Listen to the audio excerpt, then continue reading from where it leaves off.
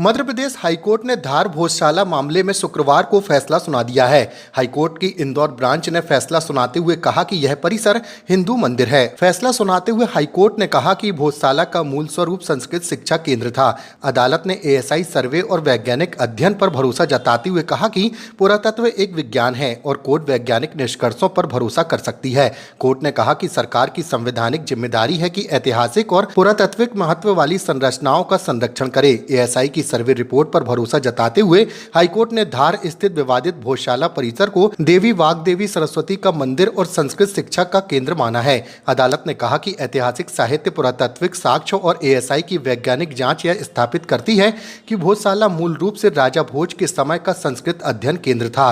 तो वहीं हाईकोर्ट के फैसले के बाद वाग्देवी की उस मूर्ति को वापस भोजशाला लाने की चर्चा शुरू हो गई है, जो 117 सालों से लंदन के म्यूजियम में रखी हुई है। बताया जा रहा है कि भोजशाला में स्थापित प्रतिमा को 1902 के आसपास ब्रिटिश शासनकाल के दौरान लॉर्ड कर्जन के आदेश पर धार से लंदन ले जाया गया था। मुगलों के आक्रमण के बाद खंडित हुई इस प्रतिमा को अंग्रेजों ने खुदाई कर 1875 में निकाला था। देखिए, विभिन्न प्रकार की याचिकाएं माननीय उच्च न्यायालय की इंदौर खंडपीठ के समक्ष दायर की गई थी और सभी ने अपनी अपनी धार्मिक मान्यताओं और धार्मिक आस्थाओं को लेकर के और उन याचिकाओं में प्रार्थना की थी कि आर्टिकल 25 की रक्षा की जाए, उनके मान्यताओं के हिसाब से उन्हें वहां पर और धार्मिक व्यवहार करने की अनुमति दी जाए। ऐसी याचिकाएं लंबे समय से चल रही थी। इसमें माननीय उच्च न्यायालय के द्वारा पूर्व में ही आर्कियोलॉजिकल सर्वे ऑफ इंडिया उनको निर्देश दिए गए थे कि वे वहां पर जाकर के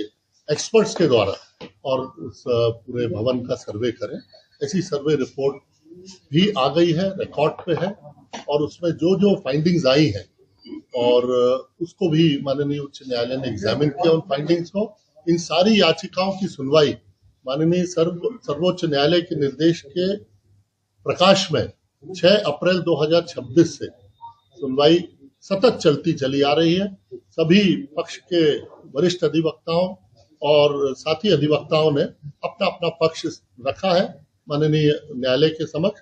आज इन सारी याचिकाओं में अंतिम आदेश आ गया है। उन्होंने रेलेवेंट पोर्शन जो उस ऑर्डर का है उसको माननीय उच्च न्यायालय की माननीय न्यायाधीश श्रीमान विजय शुक्ला साहब उन्होंने पढ़ा भी है और पूरा विस्तृत आदेश अभी अपलोड होना बाकी है। तो जो पार्ट उन्होंने अपने जजमेंट का पढ़ा है उसमें यह बात स्पष्ट हुई है कि भोजशाला भवन जो है वो पुरातत्व भवन है और archaeological sites and remains act 1958 के तहत सन 1904 से उसको प्रोटेक्टेड मॉन्यूमेंट ऐसा माना है। ये फाइंडिंग उसमें आई है।